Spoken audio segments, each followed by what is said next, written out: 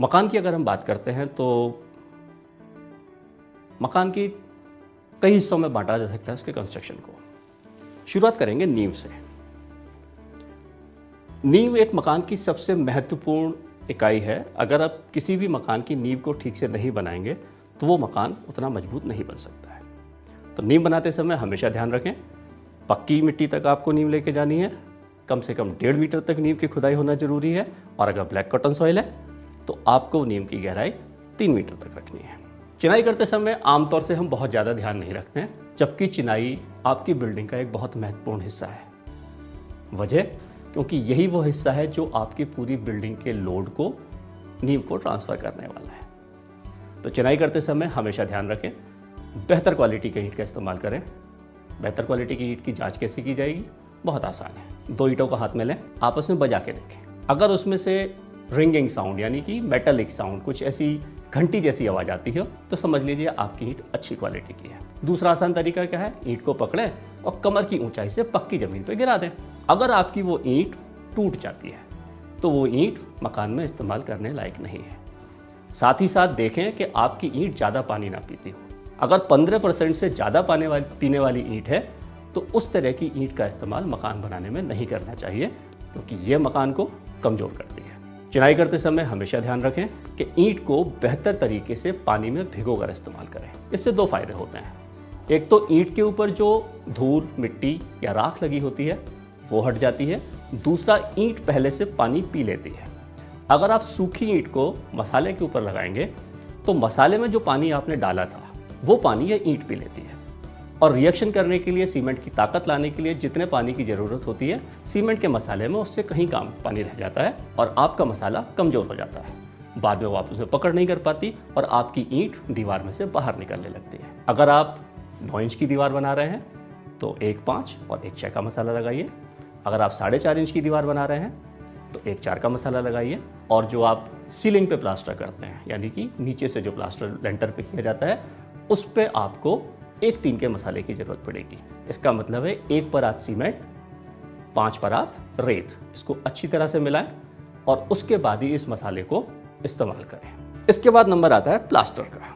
Plaster हम घर की बाहर की दीवारों पे करते हैं, अंदर की दीवारों पे करते हैं और सीलिंग्स पे करते हैं। बाहर की दीवारों पे और अंदर की दीवारों पे प्लास्टर करने की वजह क्या है? जिससे कि बारिश का पानी आपकी दीवारों में अंदर ना जा पाए। तो बाहर की दीवार का प्लास्टर हमेशा 1.5 का कीजिए। अंदर की दीवार का प्लास्टर 1.6 से कीजिए, क्योंकि वहां पर उतना ज्यादा पानी का इफेक्ट नहीं होता है। सीलिंग पे आपको 1.3 के प्लास्टर की दरकार पड़ेगी। कहीं पर 1.4 का भी इस्तेमाल किया जा सकता है। वो निर्भर करेगा कि आपकी सीलिंग की बेस कितनी स्मूथ है। प्लास्टर करने से पहले कंक्रीट के ऊपर हैचिंग जरूर कर लें, नहीं तो वो आपके प्लास्टर को पकड़ नहीं कर पाएगी। तराई मकान के लिए एक बहुत इंपॉर्टेंट चीज है। मुझसे 2 सवाल अमूमन पूछे जाते हैं, हमें तराई कब शुरू करनी है और हमें तराई कितने दिन तक करनी है। दूसरे सवाल का जवाब मैं पहले आपको दूंगा। आपको तराई कम से कम 7 दिन तक करना जरूरी है। दूसरा सवाल जो हम हमेशा पूछा जाता है, तराई शुरू कब करनी है। जैसे ही टॉप सरफेस पे आपको हल्की सी सुखावट दिखाई दे, आप समझ लीजिए तराई का समय शुरू हो चुका है। अब सबसे महत्वपूर्ण चीज वो है आरसीसी। कंक्रीट में क्या क्या चीजें डाली जाती हैं? कंक्रीट में 4 चीजें पड़ती हैं: सीमेंट, रेत, एग्रीगेट और पानी।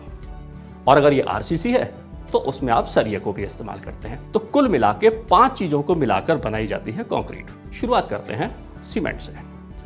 आज बाजार में सीमेंट 2 नामों से मिलता है, ओपीसी और ब्लेंडेड। जब मैं ब्लेंडेड बोलता हूं तो मेरा मतलब होता है वो सीमेंट जिसमें सीमेंट के साथ में कुछ चीज और मिला दी गई है। ओपीसी को बीआईएस ने, यानी कि जो आईएसआई हमारी संस्था है जो आईएसआई का मार्क देती है, ब्यूरो ऑफ इंडियन स्टैंडर्ड्स, उसने 3 ग्रेड में बांटा है: 33 ग्रेड, 43 ग्रेड, 53 ग्रेड। 33 ग्रेड का सीमेंट बनाया गया था आम कामों के लिए, चिनाई, प्लास्टर, 1 मंजिल का मकान। 43 ग्रेड का सीमेंट बनाया गया था मल्टी स्टोरेज बिल्डिंग्स के लिए, फ्रेम्ड स्ट्रक्चर के लिए, जहां पर बीम और कॉलम आप इस्तेमाल करते हैं, जहां पर आपको सीमेंट की ताकत की ज्यादा दरकार होती है। और 53 ग्रेड का सीमेंट बनाया गया था रेलवे के स्लीपर, प्री स्ट्रेसिंग, बिजली के खंभे बनाने के लिए। तो एक सवाल उठता है जो लाजमी है कि आखिर एक सीमेंट के बैग का मसाला बनाने के लिए हमें कितने पानी की जरूरत पड़ेगी। आमतौर से देखा गया है कि अगर हम नॉर्मल सर्कमस्टांसेस में 1/5 का मसाला बनाते हैं तो हमें एक कट्टे का मसाला यानी एक बैग के मसाले को बनाने के लिए 32 से 35 लीटर पानी की जरूरत पड़ती है। थोड़ा बहुत ऊपर नीचे हो सकता है, लेकिन आप सभी से गुजारिश है कि ये 35 की जगह 50, 55 या 60 लीटर जो पानी हम इस्तेमाल करते हैं उसका इस्तेमाल ना करें, क्योंकि एक नियम है, जितना ज़्यादा पानी सीमेंट में पड़ेगा उतनी सीमेंट की ताकत कम होती जाएगी। सीमेंट हमेशा फ्रेश इस्तेमाल करें। कुछ लोग पूछते हैं कैसे पता लगेगा सीमेंट फ्रेश है। अब तो सीमेंट के बैग पर उसकी प्रोडक्शन की तारीख लिखी होती है और कोई भी सीमेंट प्रोड्यूस होने के बाद, मतलब जिस तारीख को उसका उत्पादन हुआ है, उसके 3 महीने के अंदर अंदर इस्तेमाल हो जाना चाहिए।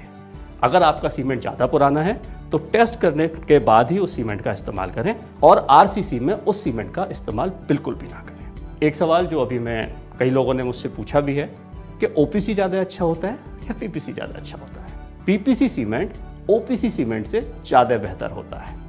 दुनिया की जितनी भी ऊंची इमारतें बनाई गई हैं, मलेशिया की पेट्रोनस टावर, बुर्ज खलीफा, इन सारी इमारतों को बनाने में पीपीसी सीमेंट का इस्तेमाल किया गया है। हिंदुस्तान की बात करें, भाखड़ा नागल बांध जो स्वतंत्रता के बाद का पहला बांध था, उसको बनाने के लिए पीपीसी सीमेंट का इस्तेमाल किया गया। इतना पीछे क्यों जाते हैं? अभी थोड़े दिन पहले टिहरी बांध का निर्माण किया गया। मुझे फख्र है कहते हुए कि टिहरी बांध से हम कहीं ना कहीं जुड़े हुए हैं। वहां पर हमारे सीमेंट का इस्तेमाल किया गया है और हम फख्र से कहते हैं कि टिहरी बांध में हमारा पीपीसी सीमेंट इस्तेमाल हुआ है। पीपीसी सीमेंट ओपीसी सीमेंट से बेहतर क्यों है? जब हम ओपीसी सीमेंट में पानी डालते हैं तो एक रिएक्शन होती है, एक उसमें सीएसएच जेल बनता है और फ्री लाइम निकलता है। सीएसएच जेल सीमेंट की ताकत देने वाला वो केमिकल है जो सीमेंट को मजबूती देता है। लेकिन पीपीसी सीमेंट में हम एक केमिकल मिलाते हैं जिसको बोलते हैं एक्टिव सिलिका। ये एक्टिव सिलिका उस फ्री लाइम के साथ में दोबारा से रिएक्शन करती है और उसको वापस सीएसएच जेल में बदल देती है, यानी कि सीमेंट में बदल देती है।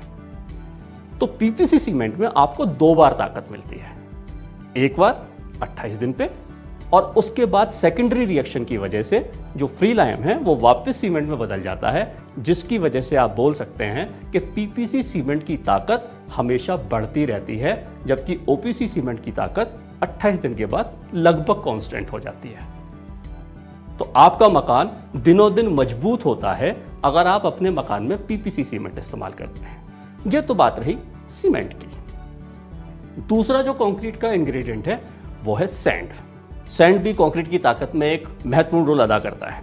आमतौर से हम सैंड के ऊपर बहुत ज्यादा ध्यान नहीं देते क्योंकि हमें लगता है ये तो रेत है, लेकिन रेत अगर आपकी खराब होगी तो वो आपकी कंक्रीट की क्वालिटी को खराब कर देगी। तो हमेशा ध्यान रखिए कि आपकी रेत के अंदर सिल्ट कंटेंट कम से कम होना चाहिए। बीआईएस मैक्सिमम 5% तक सिल्ट कंटेंट को अलाउ करता है।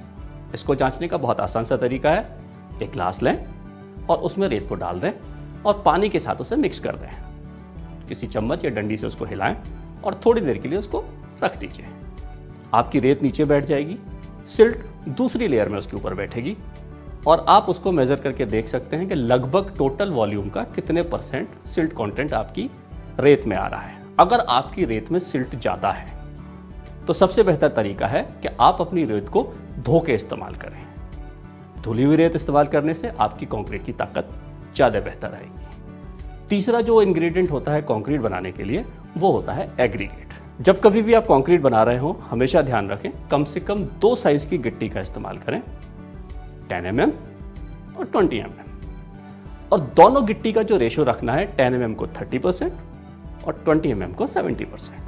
आखिर इससे फायदा क्या होता है? होता यह है 20 mm की जो गिट्टी होती है उसके बीच में जो जगह होती है वहां पर 10 mm की गिट्टी चली जाती है। 10 mm के बीच में जो जगह होती है वहां पर रेत चली जाती है और रेत के बीच में जो जगह होती है वहां पर सीमेंट जाता है।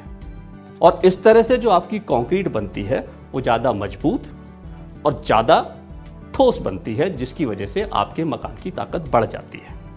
अगर आपने केवल एक साइज की गिट्टी डाली तो उस बीच वाली जगह में रेत जाएगी, तो आपका मोर्टार कंटेंट आपकी कंक्रीट में बढ़ जाता है, जिसको कि तोड़ना ज्यादा आसान होता है।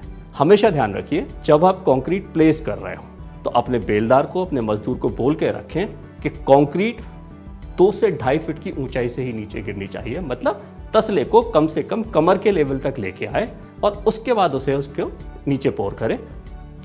तो आपकी कंक्रीट का मसाला अलग अलग नहीं होगा और आप एक बेहतर कंक्रीट बना पाएंगे। वाइब्रेटर इस्तेमाल करते समय हमेशा ध्यान रखें, वाइब्रेटर एक ही जगह पर बहुत ज़्यादा समय तक ना रखें, क्योंकि ओवर वाइब्रेशन करने से स्लरी अलग हो जाती है, एग्रीगेट अलग हो जाता है और ब्लीडिंग होना शुरू हो जाती है।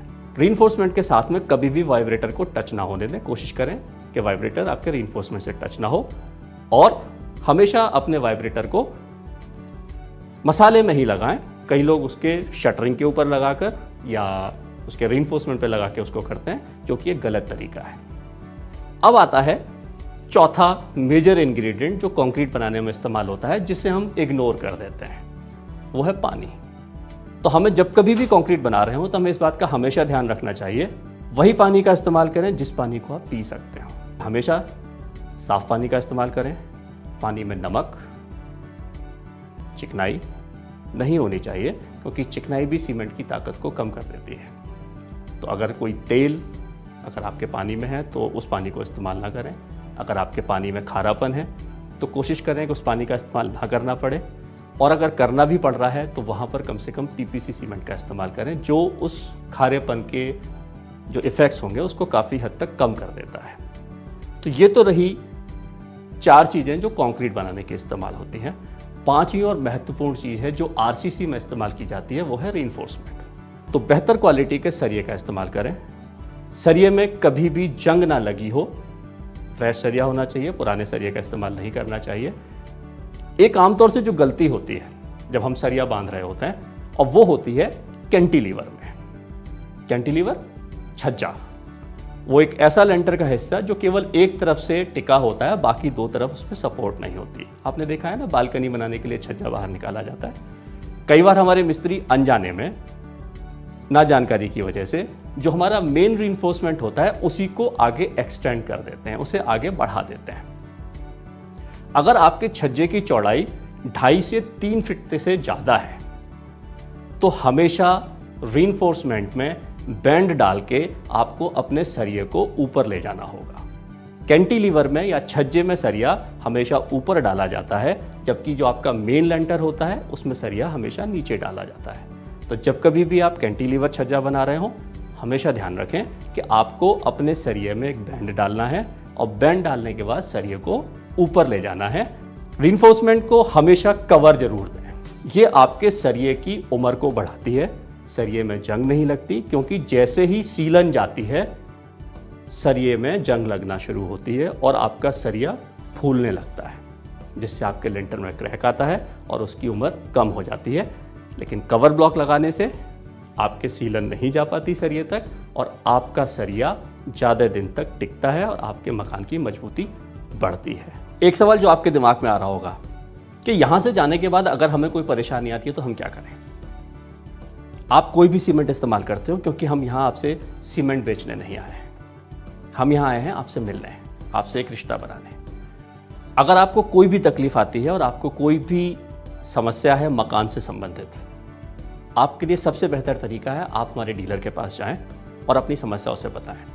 अगर समस्या बड़ी होगी तो हमारा इंजीनियर आपकी साइट पर आएगा, और अगर समस्या छोटी होगी तो टेलीफोन पर हम आपको उसका सॉल्यूशन तुरंत दे पाएंगे। साथ ही साथ हम आपको बताना चाहेंगे कि जो हम कवर ब्लॉक्स हैं, जेके सीमेंट अपने ग्राहकों को फ्री में उपलब्ध कराता है। हमारे इंजीनियर आपकी साइट पे आके आपका स्लैब सुपरविजन, मिक्स डिजाइन का correction, silt content testing, slump cone test, और अगर जरूरत पड़ती है तो कंक्रीट के क्यूब टेस्ट को हम फ्री ऑफ कॉस्ट करते हैं। ये सारी सर्विसेज हम आपको फ्री देते हैं, क्योंकि हमारा मकसद दोस्ती करना है। और एक अंग्रेजी में कहावत है, a friend in need a friend in deed, मतलब वही दोस्त है जो जरूरत के वक्त पे काम आए। बाकी तो फिर धंधा हो जाएगा, तू मेरा सीमेंट ले, मैं तेरी मदद करूंगा। आप कोई भी सीमेंट लगाते हो, आपको अगर कोई भी परेशानी है, आप बिना किसी हिचक के हमारे तकनीकी इंजीनियर से संपर्क करें, क्योंकि केवल एक फ़ोन कॉल दूर है आपसे। वादा करते हैं आपको कंपनी की तरफ से कि ज़्यादा से ज़्यादा 24 घंटे में हमारा इंजीनियर आपकी साइट पर पहुंच जाएगा। तो बहुत बहुत शुक्रिया आप सभी लोगों का कि आप लोगों ने अपना कीमती समय में दिया और हमारी बातों को इतने गौर से देखा और सुना। धन्यवाद।